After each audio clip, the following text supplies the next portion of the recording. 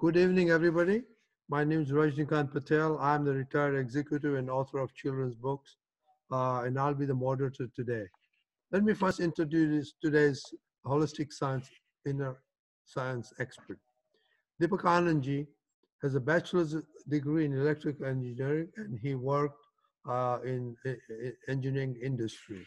From the very childhood, he was inclined to be celebrated and was in search of answers to the puzzles of everyday life. His answers were obtained when he received self-realization through the grace of the realized holistic scientist Sri M. Patel in 1983. Since then, he has pursued his dreams to work selflessly to spread the message of holistic inner science and his life-living experiences to uplift the entire mankind toward inner peace, harmony, freedom, happiness by answering questions from people to solve everybody's everyday puzzles questions. So he quit his job and totally devoted to this life since 1983. He has devoted all his life on to holistic inner science and traveled all over the world. And he has had many seminars, conferences, and question and answer sessions. Now, what is really holistic inner science? There are two aspects of science. One is the material science or the outer science, which is termed as physical science. It is the science of the ever-changing things or relative things. We get happiness, we get unhappiness. Things happen based on our wishes, things don't happen with, and that is all changing and relative. Another aspect is the inner science or the science of the pure soul, which is real, unchanging, with knowledge function only. It is called holistic inner science or Vitrak Vigna, as pursued by holistic scientist Sri M. Patel. Like what is inside, happening inside, after things happen, what are our reactions? Or how to handle a situation after after something has happened. So it is the science of the relative and real. It is science of one's own life and living, encompasses mind, speech, and body. It answers some of the questions, how the world functions, how all living beings functions, what is under our control, how can we live happy, harmonious living, what is the law of karma, etc. On the spiritual side, it teaches us how to have inner peace through understanding, have a heart, and have a happy, harmonious living. So welcome, Deepakanandji. Thank you.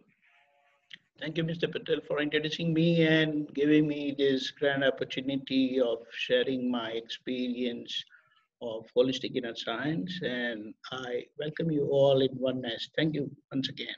Thank you. Now, before we introduce today's subject, we had some homework for last time.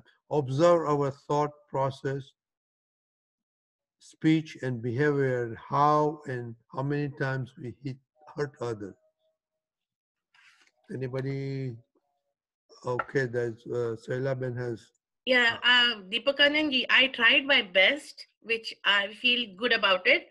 But I must say that within the last 15 days, I must have faulted at least 5 to 6 times. But that realization, jo pratikraman, na? Sorry, that I tried. Correction. But yeah, I mean, I'm getting, it's a process.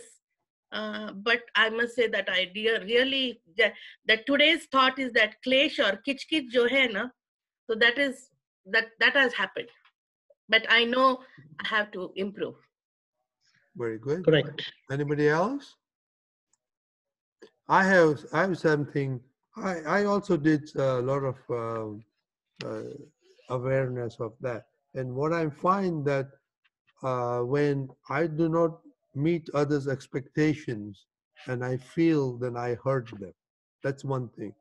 And other thing is, when we have get together, have meetings or after things, we always criticize others. It didn't happen this way, it should have done that. And I feel that is transmission of hurt through us and to the other people. And I think we did it quite in this last 2 weeks, quite a bit. And that is something that I need to work on. Deepakanandji? Yeah, I also had I mean, I have my observation that several times, when I look at others or things around me, I get very weird negative thoughts, which are quite wild opinions about people and things. And I believe at least I should have some good positive opinions about people I deal with or things I come across, and never have negative opinions. But I have also observed that repeatedly, especially with close relations, a lot of verbal wrangle take place on trivial matters. Whether I do to others or others do to me, both ways, they invariably uh, make me uneasy and disturbed, and that remains for quite some time. And so, to come out of these negative effects, I believed I need to be mindful. I need to be mindful to identify these mistakes, confess them, and correct them for my own self purification and for my inner peace. And disturbing situation, it's also an observation that disturbing situations are bound to come in our life because several, and rather most of the good people in history, they did come across difficult and tragic situations in their life. Uh, but, uh, you know, uh, they responded positively without adhering to any negativity. In fact, they expressed uh, uh, their utter compassion on those very people who were party to their extreme suffering. Like, for example, the last words from Lord Christ, Jesus Christ, was, "Oh God, they know not what they are doing. Please forgive them." Came out with great generosity. So, to be and to remain mindful of our mind, speech, and body activities is very important, and we must spend some time on daily basis for our own happiness and spiritual progress. Thank you. Thank you. I think Tuptaben has a. Yeah. You know what? After listening to all the satsangs, I made that, I decided that, I should have one goal. Uh, and my main thing is, कि संभाव से निकाल करना है और किसके साथ करना है. It's my only one is Vinod is he and I, we are the only ones who live together here in the house. So most of the time, the disagreements are between us only. So I decided, like from satsangs, they said, ask Dada Bhagwan that I want to do Sambhav Se Nikal every day, and to give me the strength.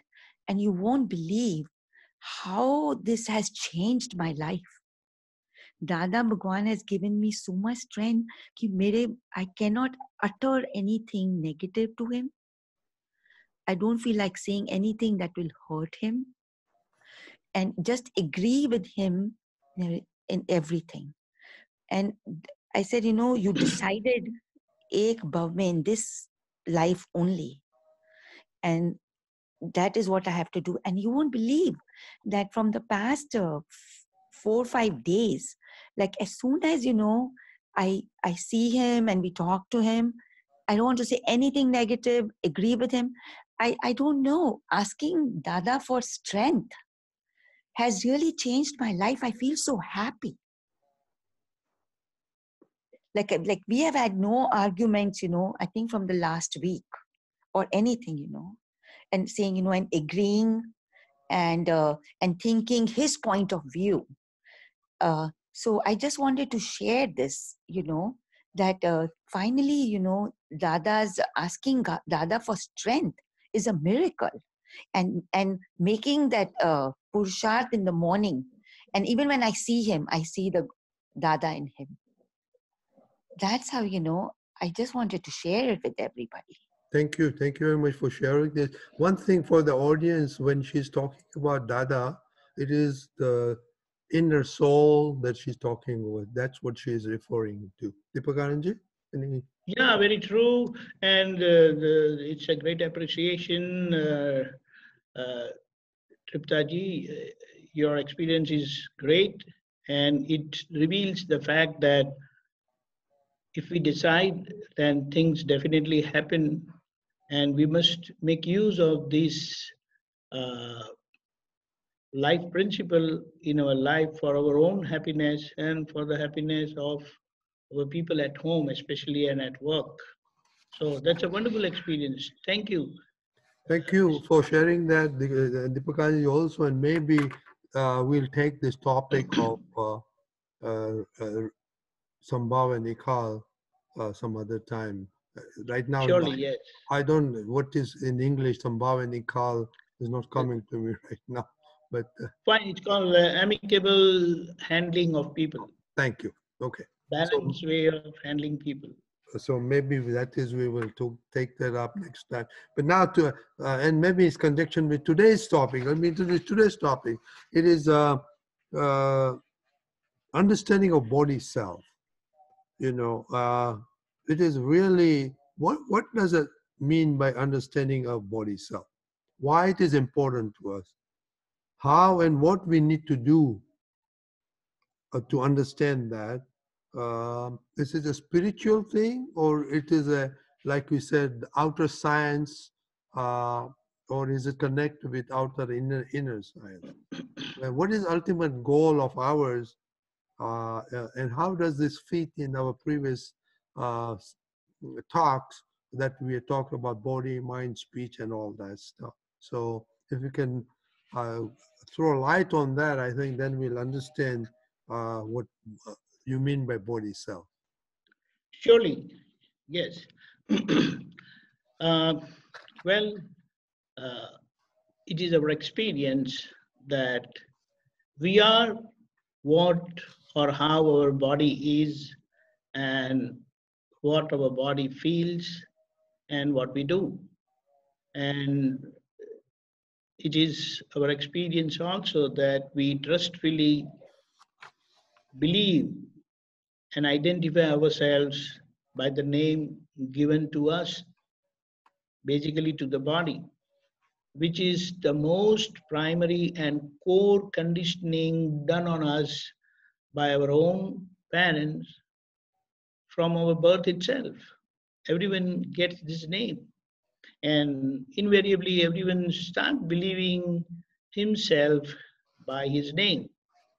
And there is also a very powerful and wonderful scriptural revelation regarding our body.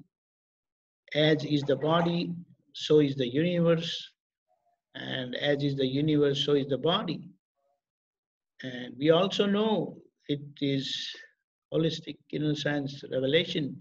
The universe is made up of 6 eternal elements, and they are soul, matter, space, time, motion, and inertia.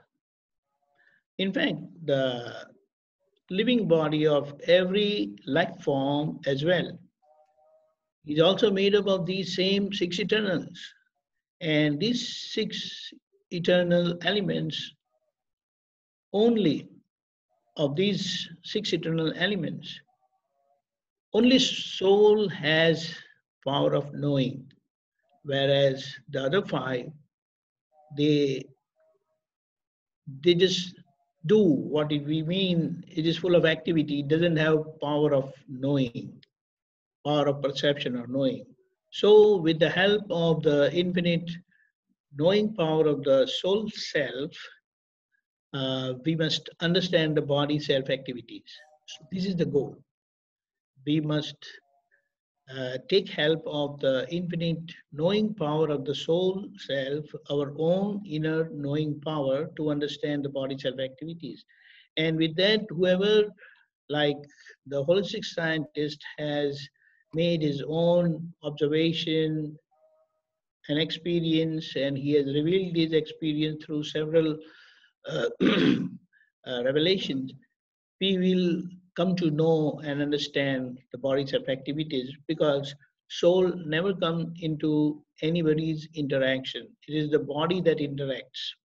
It simply means that the world we see around is merely manifestation and interaction of these six eternal elements only, and primarily the five non-knowing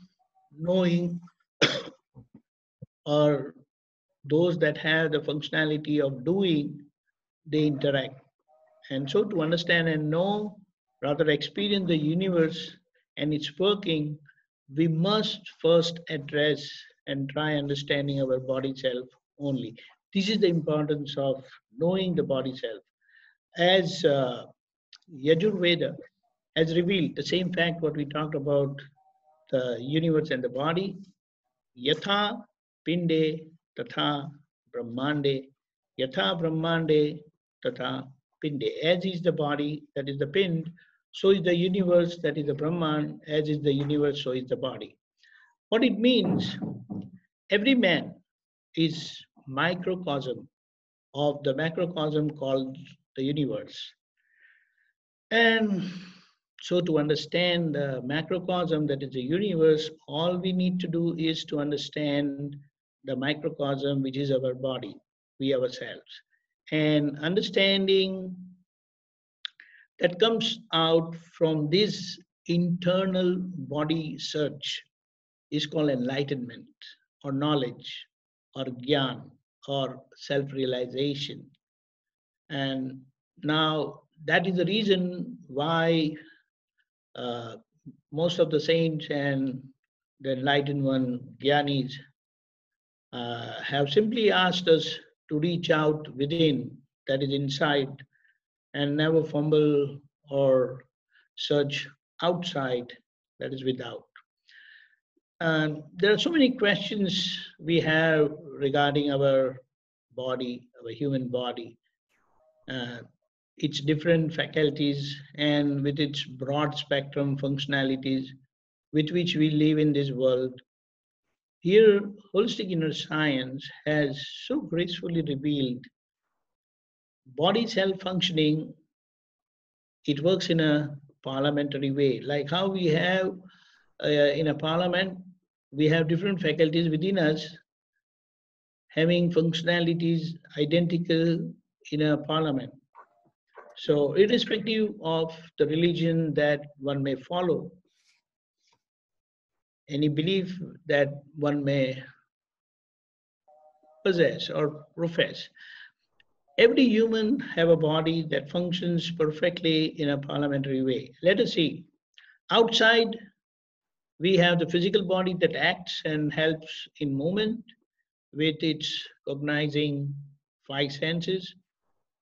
We have a tongue that takes and help in speaking with its outside vocal speech that contributes to 1/8 part of the total speech function.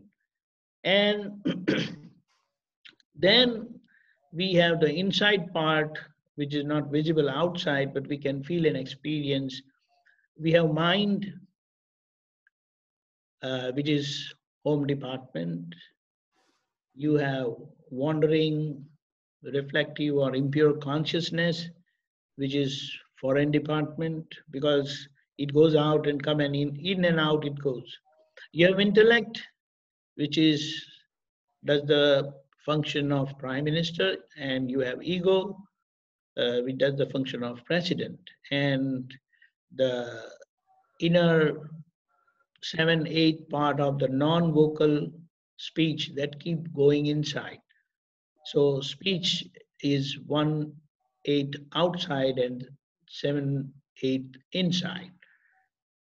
Now we can understand that the five senses primarily captures information from outside and within our body also.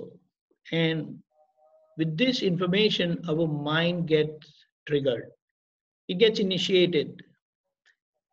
Mind starts showing thought pamphlets as effects based on previous ignorant karmic causes of likes and dislikes. What it means, looking at the same thing, I will get a different thought, you will get a different thought, some other person will get totally different thought.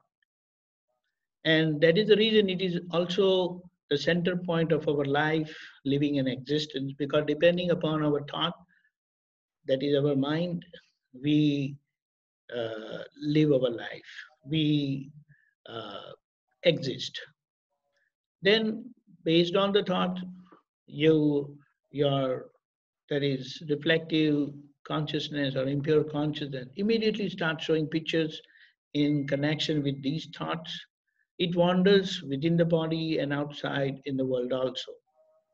Over this intellect, uh, the Prime Minister, which is indirect light of pure soul, the soul itself, through the window or wheels of egoism, it evaluates profit and loss and makes decision, either favoring the mind or reflective consciousness in every situation. Uh, and that decision is also as per karmic suffering only, because based on the decision you come across those suffering. And finally, ego, the president, without having its own light, blindly follows intellect decision and endorses every action at the body level, and ignorantly also becomes sufferer and claims doership on self or others, uh, that those things that actually he doesn't do, but all those things that happen naturally, he does egoism of doership. So this is how every action takes place within our body in a parliamentary way. Now, regarding speech, we can say it is basically a coded or recorded information based on previous intent and feelings.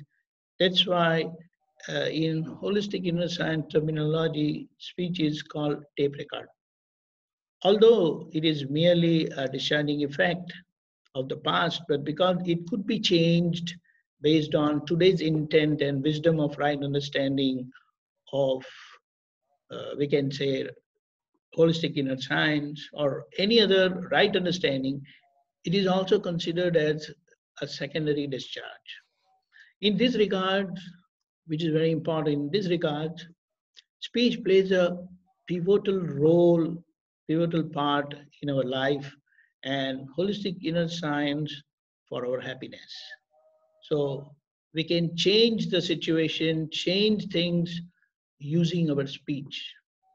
So speech plays a very vital role in our life for our own happiness, and that is how holistic inner science makes use of our speech to regain our happiness.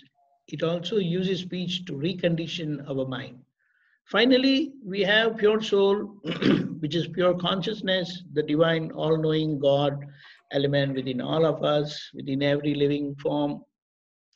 And with this infinite power of perception and knowledge, you really, uh, uh, I mean, that's really our true identity, but we are unaware of that due to self-ignorance, and we believe name of the body itself as I am.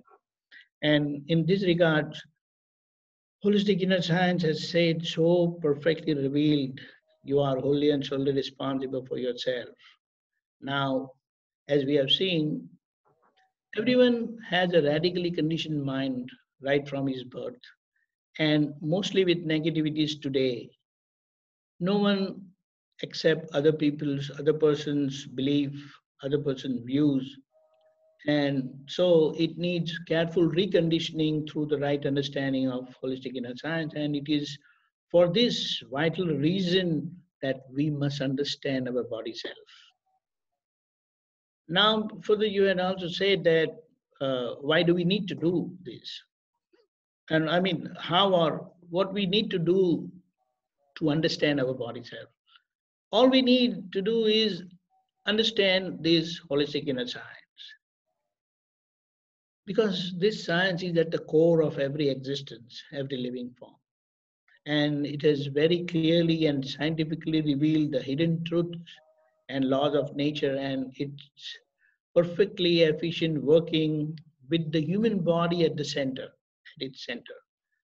Because human body is the fully developed life form, what you call as Homo sapiens, the species of bipedal primate with upright carriage. This is the definition taken from the dictionary, upright carriage to which the modern humans belong. And it is characterized by a high capacity, fully developed brain, that is mind, superior intelligence, and completely articulated speech. You have, we humans have very clear speech. That is dependence upon language with the intricate creation and utilization of complex tools. We have so many machinery, all designed by humans. And except for humans, no other life form have egoism or doership aspect. And due to this, all other life forms live normally and naturally. That is, they are one with the nature. They never interfere or harm the nature.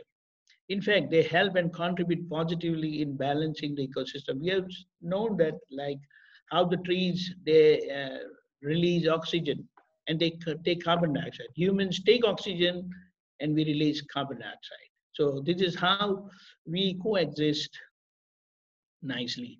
And it is only humans who temper and create serious disturbances in the entire nature. And the reactions of nature is the tsunamis, the volcanoes, floods, droughts are all because of the meddling of human into the nature.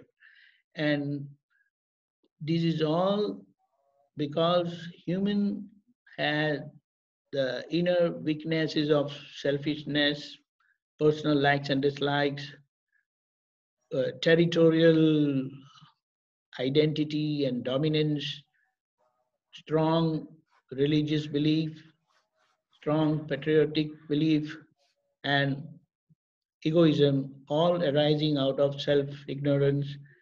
And holistic inner science is the ultimate solution to resolve this. Further, you also asked that how it is going to help us in spiritual progress and the ultimate goal of knowing who am I. Now, we can say that spirituality means to live independently with the wisdom of knowledge, to enjoy the freedom and bliss of the pure soul, who we really are as our permanent self identity. It is called one belief, that is ekamat, with compassion and feeling of oneness with everyone, called ekajat. So, really, on the pure soul side, we all are one as our true self identity. And on the body self side, everyone's body self being made up of the same six eternals, the five eternals, we can say the rest of the five. We are of the same nature. That is, it is called ekajat, of one uh, nature only, without interfering, disturbing, or harming the mother nature. So when we are one like this, that's why we say we greet you all in oneness. So we will not be disturbing the nature. We will coexist nicely. So holistic inner science does this by giving a clear demarcation between the nature, existence, and functionality of the body self and the soul self. It can initiate us into self-realization of knowing who am I, which ultimately ends up in freedom from birth-death cycle of suffering and enjoy the bliss of perpetual pure soul, who we are, who I am. Thank you. That is the purpose of understanding the body self. Well, thank you very much. I have two questions and then I'll turn on to the Surely, yes. audience. One thing you said, I got it or not, but you said you can change your speech. Is that true? True. That's true. what it means, see, it is our observation that we had been talking in a particular way previously, but after coming across holistic inner science and other experiences of our life through correction, confession, and self-resolution and determination, our speeches definitely change. So what it want to say that this change is possible at the level of speech only. So with writer, although it is a discharging effect of past karma, Right. what it means past karma means the past moment from this moment. Say it again. Past moment from this moment. Oh, okay. So anything before this moment is past. Go on. But when we say past karmic effect, what we believe maybe previous life or maybe 10 years back or 15 years back or so many lives back. No. What it means, any moment before this moment is past.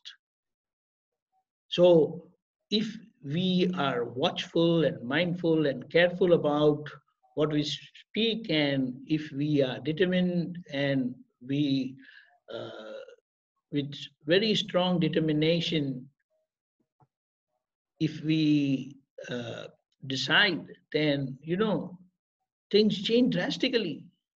So that is why with this understanding, you can say that it is second discharge. Okay. It is to understand that your intent and feeling and decision plays a vital role in your verbal interaction. So don't take it for granted that, oh, it is because of the past karma I cannot do anything. So I can get away with whatever I speak. No.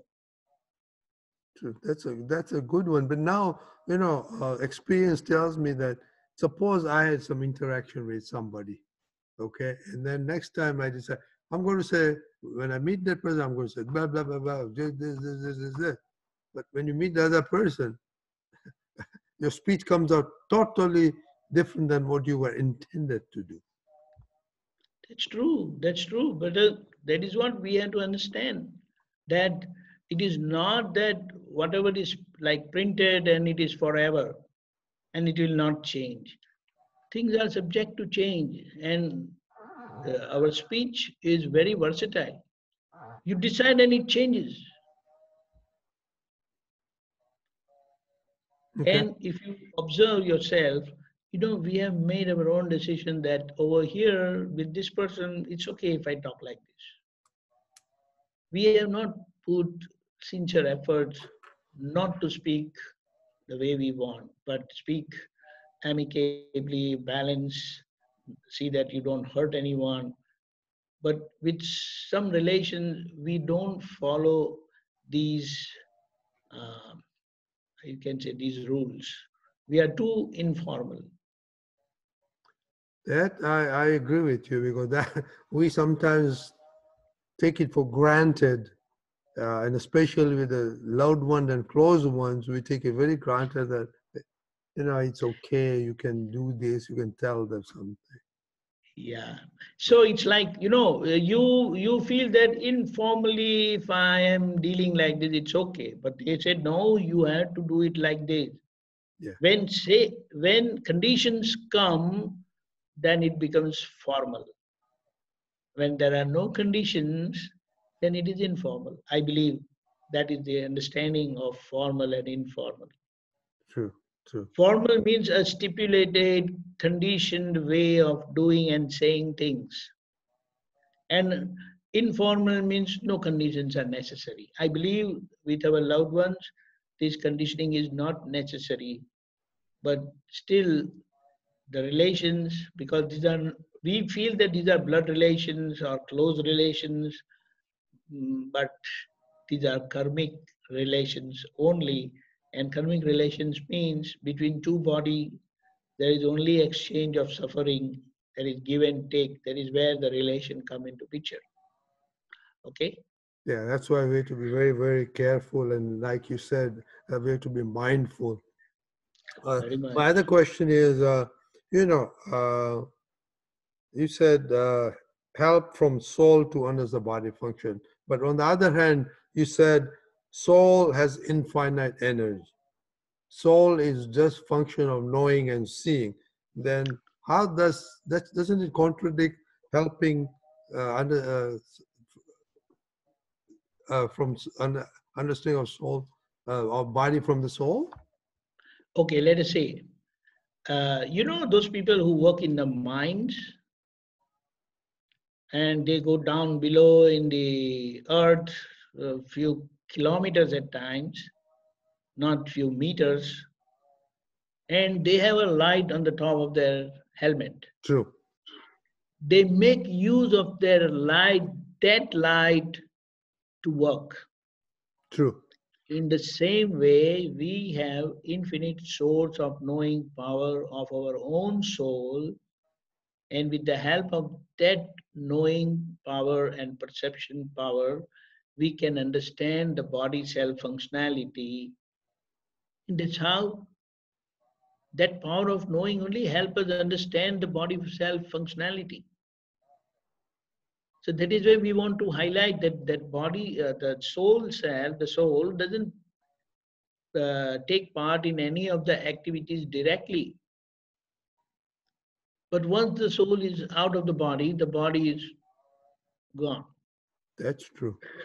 That's what. So what we are saying that we holistic inner science says make use of the knowing power of your own soul self to understand the body self with the experience of the holistic scientist. Okay. His experience will initiate your observation. Okay. His experience, these revelations, what we read or what we study, it initiates our observation. And with that observation, we come to know, oh, that's what it is. And that experience is our experience. So And that becomes our experience then. so you're trying to say that the fundamentals and rules and principles of holistic science, if you understand, then automatically this understanding will start coming. Right. So it will initiate that perceptive power within us. Okay. That power is anyway there, but we are not focusing that light of pure soul in that direction. We interpret and try to understand based on our belief. But when we get that right understanding from the holistic scientist through these revelations, then it opens our eyes. Oh, this is what it means. And we start experiencing that too, because then we surpass, overcome our own belief. Yeah. Well, And that belief is the conditioning. So the clash is between conditioning. You are conditioned in a way, your wife is conditioned in a different way, and you both are living under one umbrella. So true. with these two different conditioning of the mind and so the body self, they're going to have differences. And the only way to coexist is have adjustment. And you can have adjustment only if you are able to know and understand the other person's belief, that is under a person's body self. And then you have to know your own body self. True. So that is how we make use of the power of perception and knowledge of the pure soul within us, who is passively active. Passively, why passively? Because it doesn't take part in any of the activities of the body self. And active because without that knowing function, your body cannot act. True. Okay. And Thank you.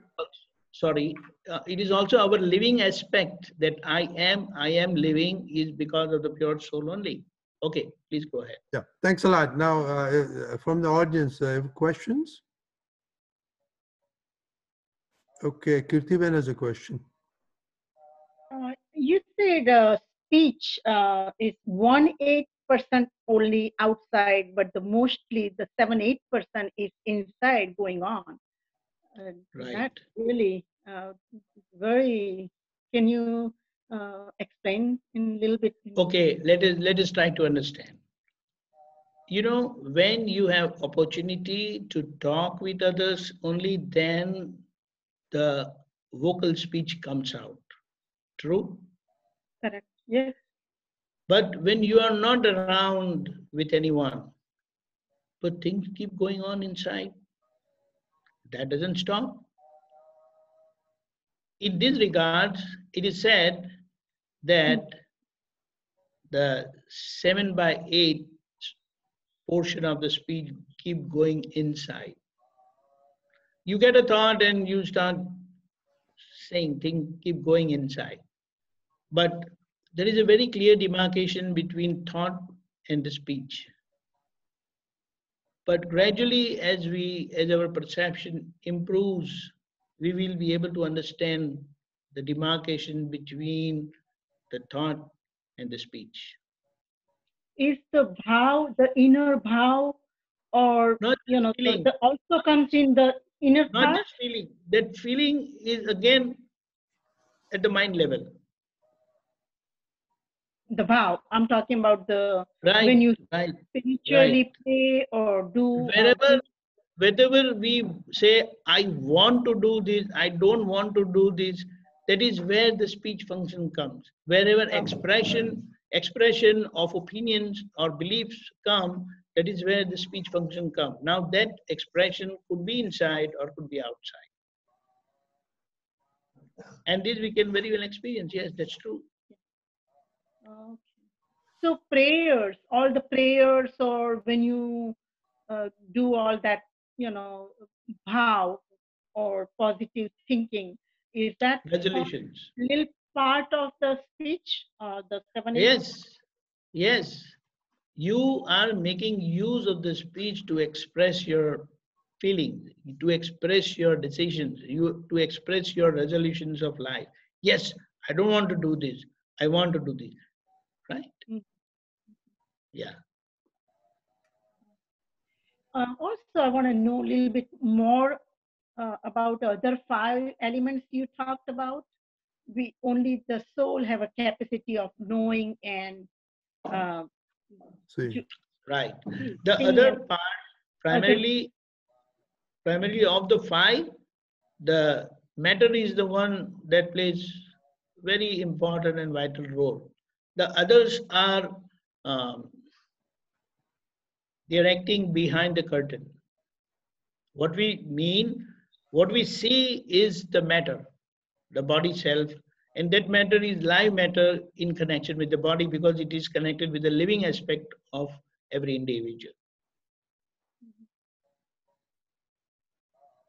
The motion and inertia, they keep, and the time, related time, connected time, they keep working in the background.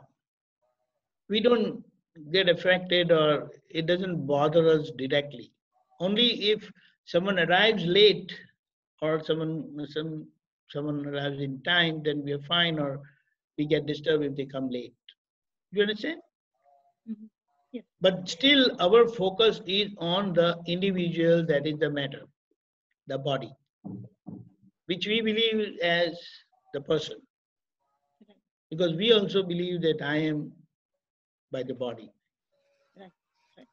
And when you start understanding the functioning and operation of the body self, then all your puzzles, all your clashes, all your verbal wrangle, they stop.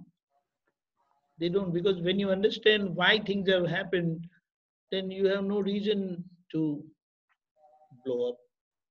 You will So, accept. so mostly to pay attention, focus mostly on yourself. Just Yes, study it's yourself, like when and you're then driving, you have to be aware, totally aware of your own car first.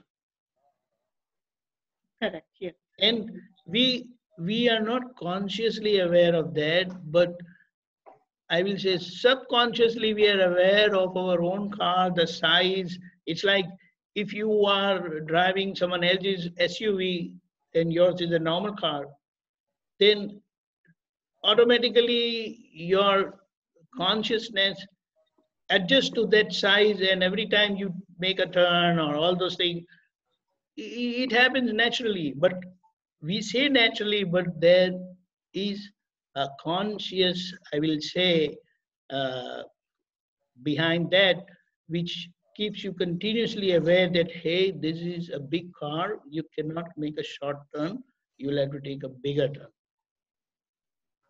For example, those 40 feet pickup vans, trucks, the same guy, when he drives his own SUV or the smaller car, he will not take a big turn.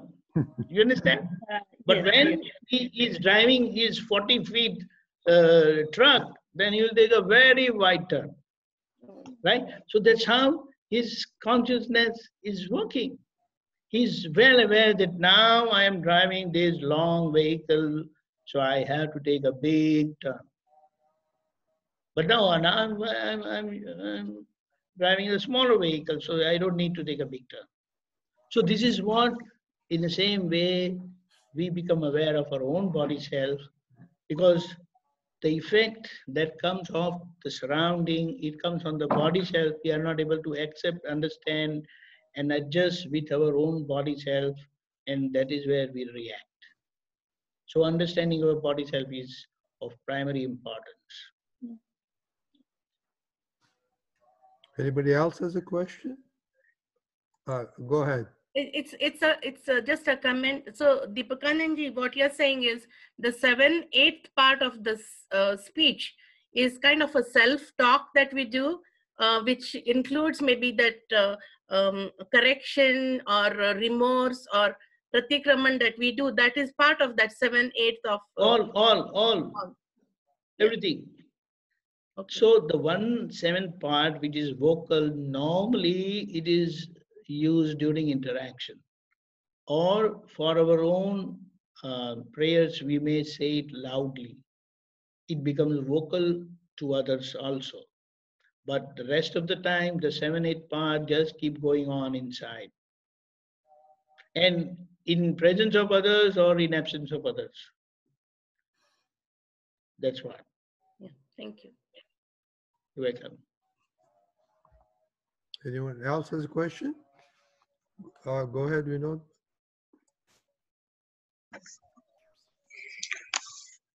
So, two things. One is this question about the inner speech. I've been trying to understand the difference between thought and inner speech for many years, and I still cannot pinpoint. I know you said it's a very subtle difference. Can you give some pointers as to where I can identify where thought ends and speech begins? And Okay. yeah. See, thoughts are like just fountains of water. They just come and go. But just thoughts, they just come and go. But then the speech part elaborates it, decides to do or not to do, or expresses opinion. It says, like, thought will just come. He's like this.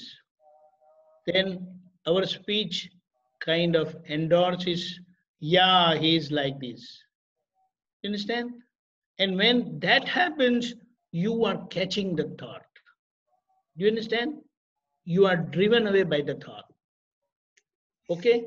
So our activity would be physical, bodily activity, or verbal,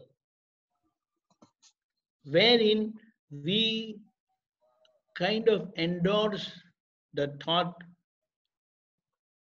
and we express in our speech, or we do some action or bodily activity. You understand? So this, when we say the intellect when it is telling the pros and cons, is that part of inner speech also? Not really, but you may say that, because see, certain times things go on inside and the intellect really intercepts and says, okay, you can say this. Oh no, you cannot say this here. Sorry. Please keep silent. Don't say anything. So they play, but then many times we decide not to say ought to say, and we end up saying something we want to say, but we cannot say. Do you understand? Because speech, I've noticed sometimes what happens is that internally there's a dialogue taking place with the second person, that I'm going to say this, I'm going to say that. So there you can understand that it's an inner speech taking place where, like you said, there's nobody outside to talk to, but the inner speech is taking place. I'm going to say so and so, so and so. So does that inner speech pertain only to inner speech with the second person, or is it only also with reference to your own self? No, both ways. Both ways. Certain times, thing go on inside that, okay, let me tell this or that. And then intellect evaluates that and says, oh, no, you cannot say that because that's going to end up in this. So we cannot say like that. You understand? So it could be with your own self or with others also. So can it be said that the inner speech function, the thought becomes speech when ego becomes involved in this? It is always collectively everything happens. I mean, does it mean that when this inner speech is taking place, that to some level is lack of awareness, full awareness? Because if it is full awareness, then I should be able to catch it at the level of the thought and not let my ego get involved in it. In a way, yes. In a way, yes. But it's like your awareness can come at the level of thought. It can come at the level of speech. It can come at the level of outer speech or at the level of action. But what is important, before it comes out, it goes on inside. So if you are watchful, and with that watchfulness, mindfulness, you also have your own resolution, firm resolution that no, I will not speak this, I will not do this. So that works. Okay. It's like if you don't take care and hold the reins of the horse will go anywhere. But with the reins, you can make him go anywhere your way. So that is where holistic inner science becomes helpful to drive ourselves towards happiness, for our own happiness and for collective happiness of all. And especially at home and workplace, because these are the two places we spend most of our time. One more question I had was with respect to, you said being aware of your body self. So when we are involved in day-to-day activities, when the speech is coming out or we are doing some work at job or at home, my experience is that the awareness is not there. But at the end of the day or when I'm driving back home, at that time, then I'm more aware of my thoughts. And basically the awareness is better at the level of thoughts rather than in the action or in speech. So my understanding is that if you are really aware, the awareness process is natural. It's a natural function of the pure soul function. So that should automatically be there in all three aspects of body, mind, and speech. So why is it that I'm only able to see it at the thought level and only when I'm free? Why not all times? The reason is when, let's say, in the morning, you have a bunch of activities to do. Get ready, go to hospital, finish the patient, and you also have the previous history that, oh, I had to attend to this guy, I had to attend to those guys, and maybe a few of them, the more appointments are also there. So with that commitment and with that focus, you have no time to be watchful about your thought because you want to focus on your activities of the day, things to do. And because you have that time, in that time, you have to finish these many jobs. So when you are done with the day, then naturally that focus, now the pressure of doing something or telling or giving any instruction to others is not there. So that's where now that awareness naturally gets focused on your thought. And So while that's what we are preoccupied with, the commitment of our work. And that preoccupation drives our focus from our thoughts to doing and saying, sending information, sending instructions, right? right. That's what happens, because that is your commitment of the day. Things to do today, very important. 1, 2, 3, 4, 5 in the morning, right at 9 o'clock when you reach the hospital.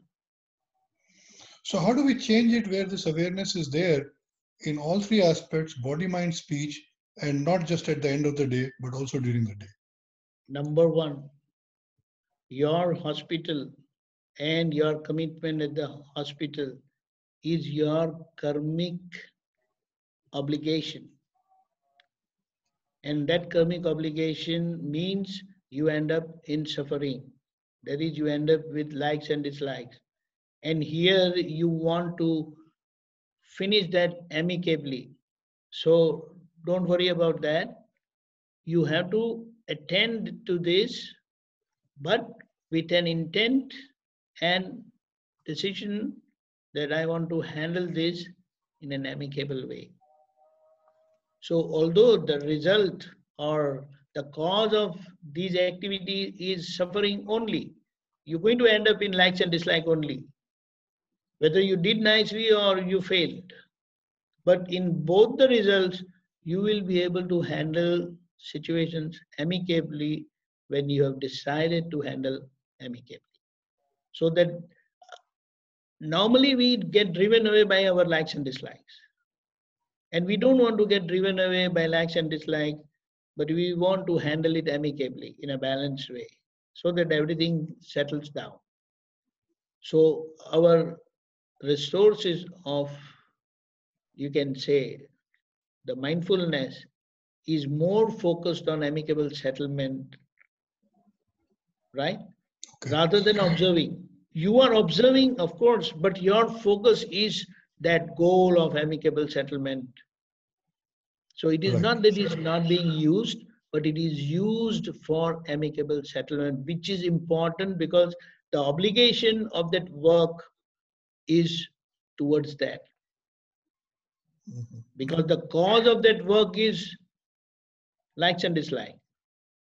And you want to finish that matter and come out of it with an amicable settlement, amicable dealing, right? So Yes, okay. don't worry about that. Our resources of wisdom, of knowledge is definitely being used for amicable settlement only. We are not driven away by our likes and dislikes. And not to get driven away by our likes and dislikes, we focus our attention that I want to deal this situation in an amicable way. So your mindfulness would be focused on amicable settlement. Every time you get driven away by likes or dislikes, you won't be.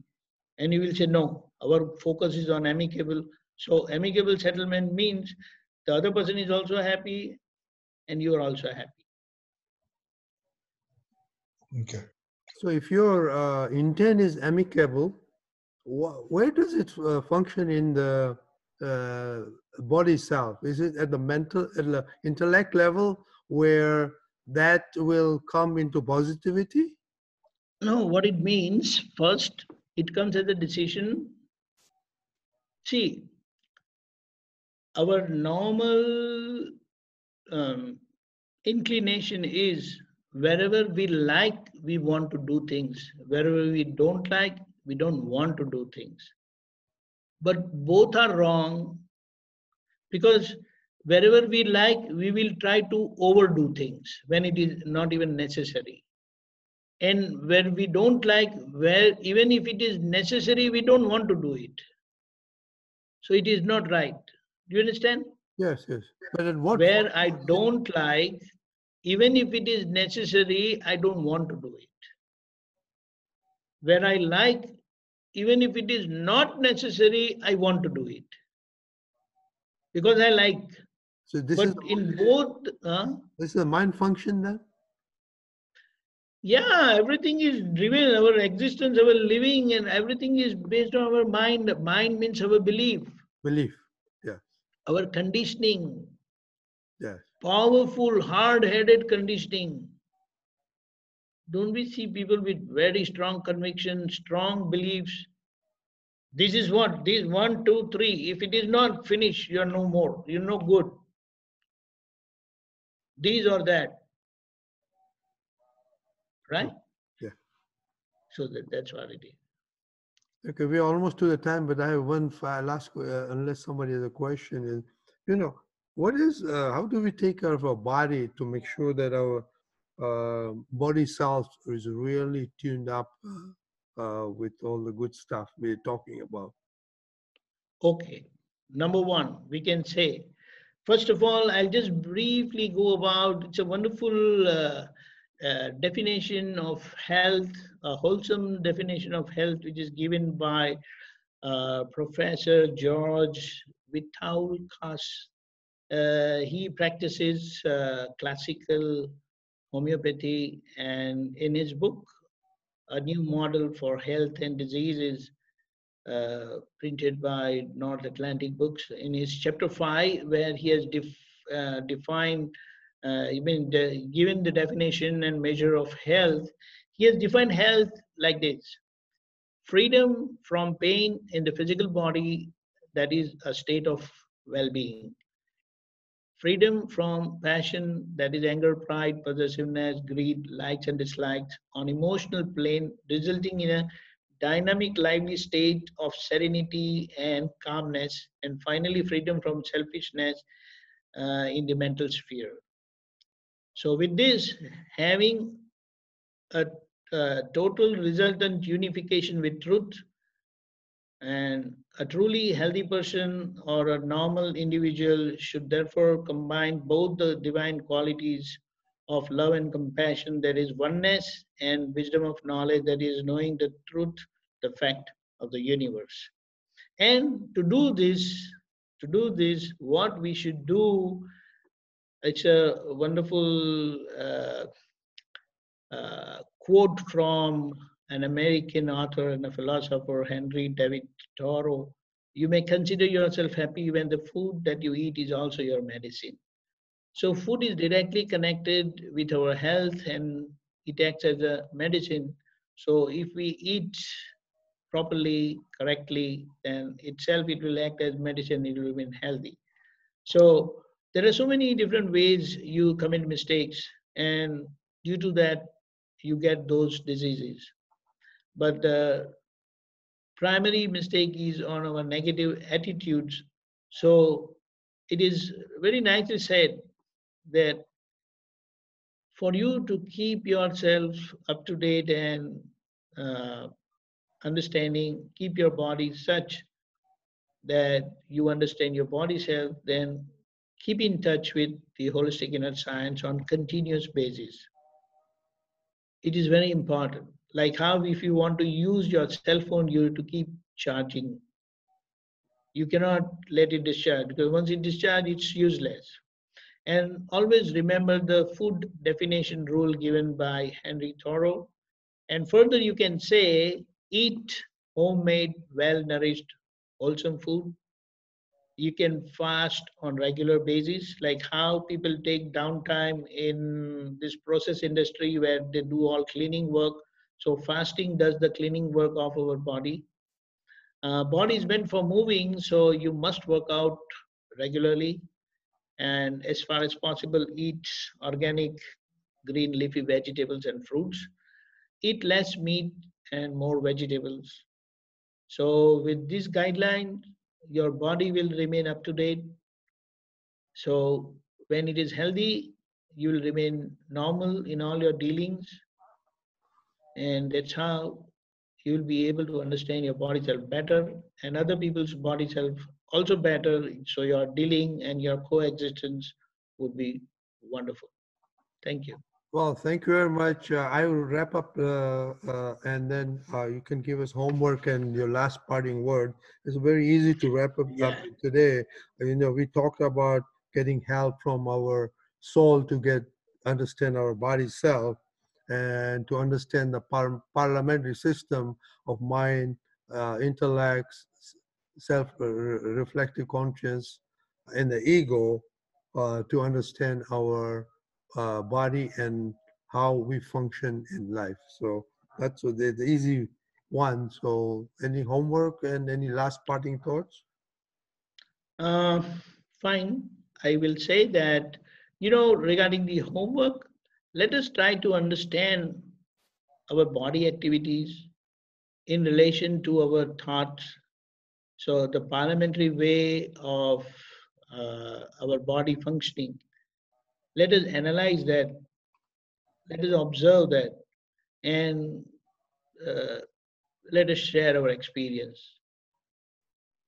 Okay? What do you mean by that? Example? See, like how we have said,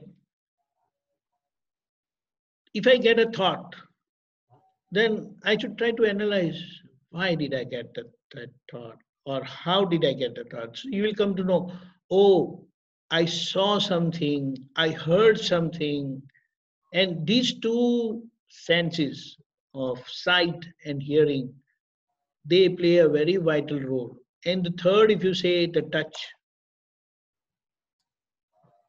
the scent is also all five senses, they play their roles, but then this is where our mind get initiated.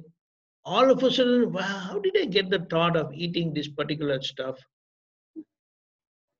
We do get, we think that, okay, I want to eat this today. It doesn't come out of the way, out of the blue. You always, maybe you've seen something, you heard something, you scented something.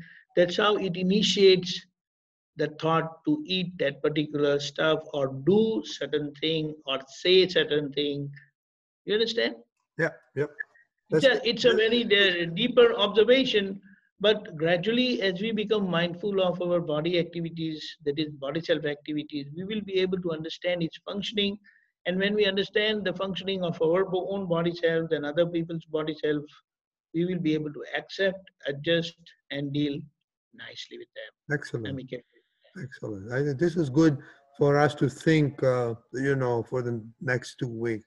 Well, thank you very much. Surely. We thank you, Deepakanandji, for taking time to talk to us. And we thank the audience for taking time to. Oh, and if you need more information, you can go on our website, hscrf.org, for more information. So thank you very much.